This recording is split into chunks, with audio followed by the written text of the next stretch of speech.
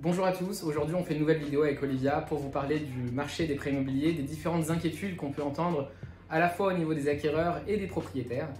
Au niveau des acquéreurs, il y a une inquiétude au niveau de la hausse des taux des prêts immobiliers, mais également au niveau des refus qui sont de plus en plus fréquents au niveau des banques.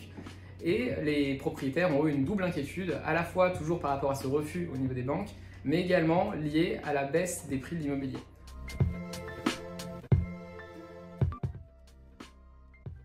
Alors, au niveau des acquéreurs, le marché a bien bougé. C'est vrai qu'ils sont moins nombreux qu'il y a quelques mois, il y a une année. Et ceux qui sont encore présents, ils sont assez inquiets. On entend beaucoup de choses aujourd'hui. Il y a des acquéreurs qui se disent que les taux augmentent quand même beaucoup, ce qui est en partie vrai, mais ils ne savent pas trop pourquoi, ils ne savent pas trop où on se dirige. Et ils ne savent pas si c'est peut-être le moment d'attendre un peu plus avant de concrétiser leur projet. Et il y a aussi d'autres inquiétudes, notamment en termes de refus de prêts immobiliers au niveau des banques.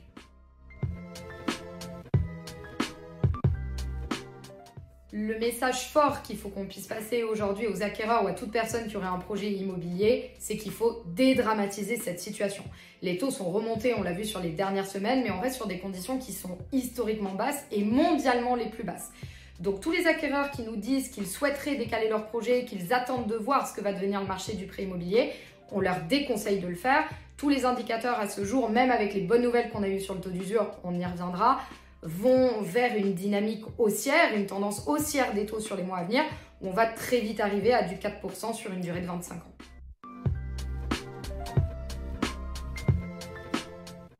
Concernant la remontée des taux, pour la petite info, d'où ça vient? En fait, c'est la Banque Centrale Européenne qui du coup achète l'argent et la revend aux banques françaises à un taux qui s'appelle l'OAT 10 ans. Au pic, c'est-à-dire là sur les dernières semaines, il a dépassé les 3%. Vous voyez où je voulais en venir?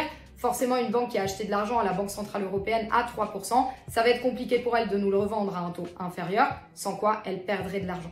Comme on a toujours sécurisé vos financements avec des taux qu'on a appelés conservateurs, c'est-à-dire légèrement plus élevés que ce qu'on aurait vraiment sur le marché aujourd'hui, on s'est prémuni de cette remontée et il n'y a pas de mauvaise surprise pour les acquéreurs.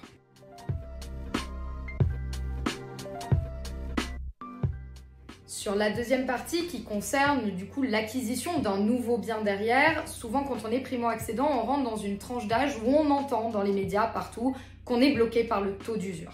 La bonne nouvelle qui est tombée la semaine dernière, c'est que le taux d'usure maintenant ne sera plus révisé tous les 3 mois, mais tous les mois à partir du 1er mars.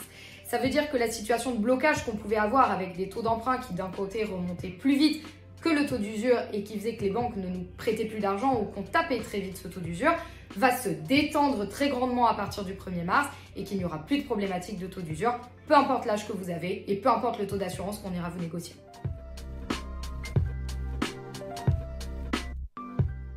Au niveau des vendeurs, il y a plusieurs inquiétudes. Il y a à la fois le fait qu'il y ait moins d'acquéreurs présents sur le marché et aussi le fait que ceux qui sont toujours présents soient moins solvables.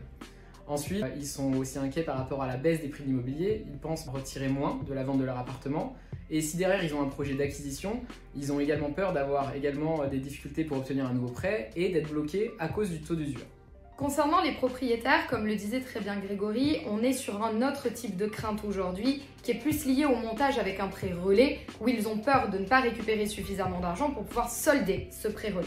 Chez Homizy, le mot d'ordre, c'est de faire des estimations qui sont aussi conservatrices et qui sont celles qu'on va utiliser dans le plan de financement pour rassurer les vendeurs sur le fait que quoi qu'il arrive, ils récupéreront suffisamment d'argent pour solder cette part de prêt relais.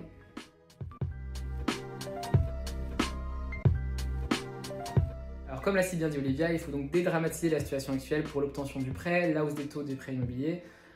Voilà, on reste dans une situation qui est tout à fait propice à l'investissement pour l'immobilier. En ce qui concerne l'inquiétude des propriétaires concernant la baisse des prix de l'immobilier, on n'a pas meilleure réponse chez Homizy que notre tarification. Parce qu'avec seulement 1,9% de frais d'agence, contrairement à 5% chez la plupart de nos concurrents, en fait, cette différence de tarification compense largement la faible baisse des prix qu'on a pu constater cette dernière année, qui est plutôt de l'ordre de 1 ou 2% en région parisienne. Chez Homizy, on met vraiment tout en œuvre pour que les ventes se fassent toujours de la meilleure des façons, à la fois sûres mais aussi rapides.